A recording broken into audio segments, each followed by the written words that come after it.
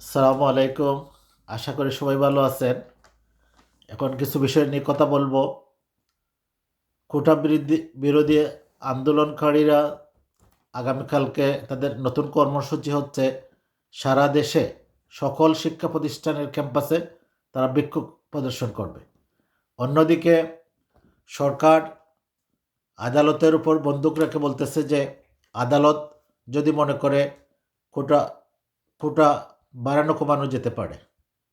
কিন্তু আন্দোলনকারীরা তাদের দাবি একটাই, সংসদে আইন পাশ না হওয়া পর্যন্ত কোটা পদ্ধতির বাতিল করে সংসদে আইন পাশ হওয়ার পরে তারা ঘরে ফিরে যাবে।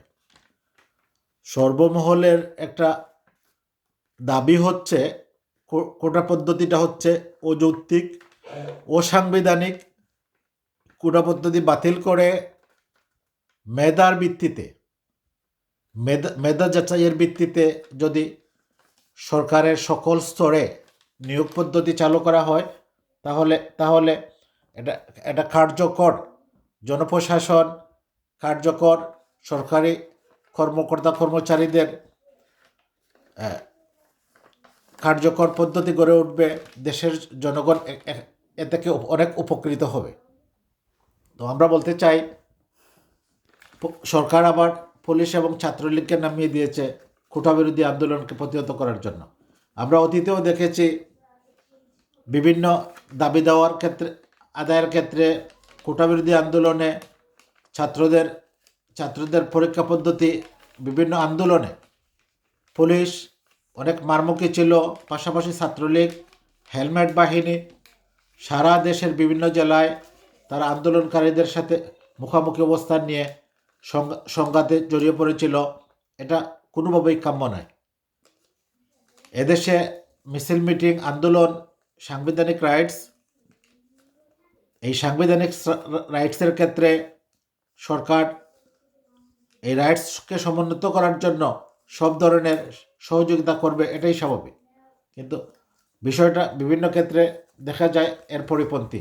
সরকারই মানুষের সাংবিধানিক রাইটসকে অদমনিত করে তাদের দেয়া দেয়া বিষয়গুলো চাপিয়ে দেয়। এটা কোনো অবস্থাতে ঠিক নয়। আরেকটি বিষয় হচ্ছে, আমরা লক্ষ্য করলাম মার্কিন যুক্তরাষ্ট্রের দুর্নীতি বিরোধী মনোভাবের কারণে সাবেক সেনাবাহিনীর প্রধান মোটা আজিজের সম্পদের বিভিন্ন তথ্য গণমাধ্যমে এসেছে। মটকো বেনজির, সাবেক আইজি, তার বিভিন্ন হাজার হাজার কোটি টাকার সম্পদের বিবরণ আসছে। এবং প্রতিনিয়ত আজকেও দেখলাম বিভিন্ন জায়গায় তার স্ত্রীর নামে শত শত বিঘা জমির নতুন নতুন সন্ধান পেয়েছে। ফ্ল্যাট বাড়ি, আবাসন, প্লট, অনেক কিছুর নতুন নতুন সন্ধান বের হচ্ছে। এই জন্য এক খনি বেনজির সারা দেশে সম্পদের পাহাড় গড়ে, মানে এক রাজকীয় খনি তৈরি করেছে সম্পদের। আবার ঢাকা সিটির কমিশনার আসাদুজ্জামান মিয়ার শত শত কোটি টাকার সম্পদের তথ্য বের হয়ে আসছে।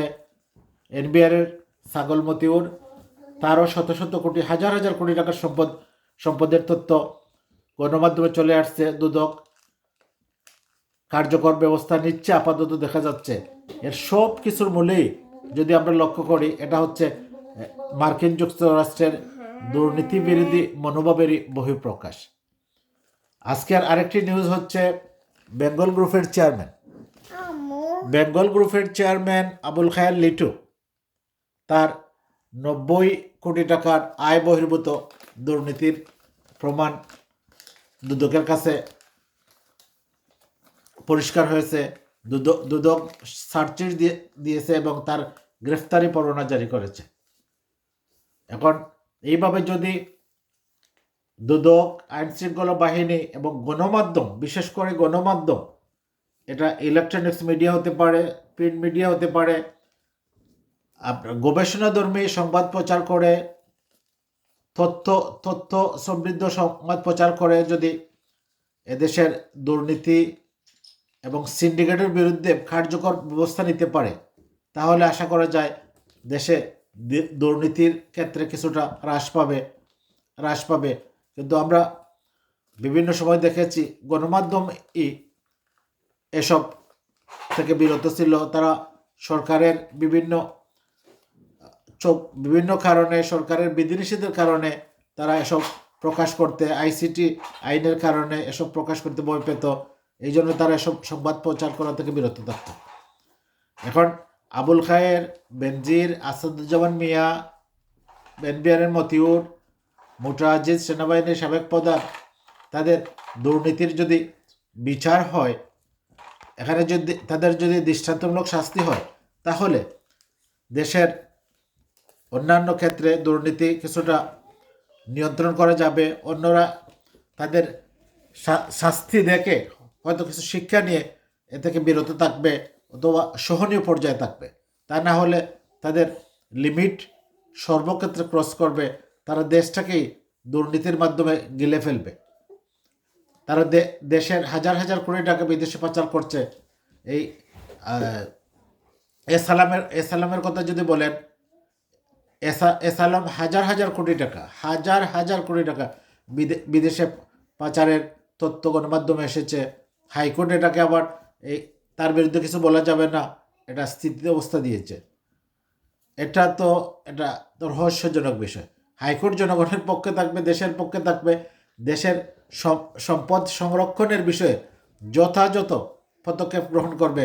তারা বরঞ্চ এসালামের পক্ষে রায় দিয়েছে। আমরা যদি আবার দেখি দরবেশ বাবা সালমান এফ রহমানের বিভিন্ন 22,000 কোটি টাকার দুর্নীতি, ঋণখেলাপি, হাইকোর্ট এখানেও তা ইন্টারফেয়ার করে, বরঞ্চ ওই এসালামের পক্ষে এবং যে সালমানের রহমানের পক্ষে তাদের অবস্থান। হাইকোর্ট যদি কার্যকর সুমেটো রুল জারি করে কার্যকর ব্যবস্থা গ্রহণ করত, তাহলে এই দুর্নীতির লাগাম টেনে ধরা যেত এবং দেশের সম্পদ দেশেই থাকতো। কিন্তু হাইকোর্ট এটা না করে তাদের পক্ষেই বিভিন্ন সময় অবস্থান নিতে দেখা যায়। আরেকটা মজার বিষয় হচ্ছে, আজকে দেখলাম মার্কিন একটি বিশেষ প্রতিবেদন। এই প্রতিবেদনে ভারত গণতন্ত্রের পথ থেকে স্বৈরতন্ত্রের পথে, কর্তৃত্ববাদের পথে ধাবিত হচ্ছে।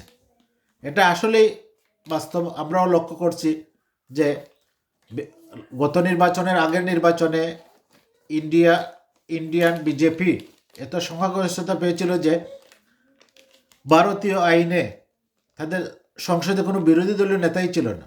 কারণ ভারতীয় আইনে সংসদে বিরোধী দলীয় নেতা হতে চাইলে তার নির্দিষ্ট সংখ্যক আসন থাকতে হয়।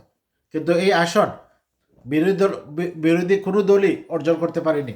তাই এবার আবার ভারতীয় কংগ্রেস পার্টি তারা বিরোধী দলীয় সংখ্যাগরিষ্ঠতা অর্জন করায় রাহুল গান্ধী বিরোধী দলীয় নেতা নির্বাচিত হয়েছে।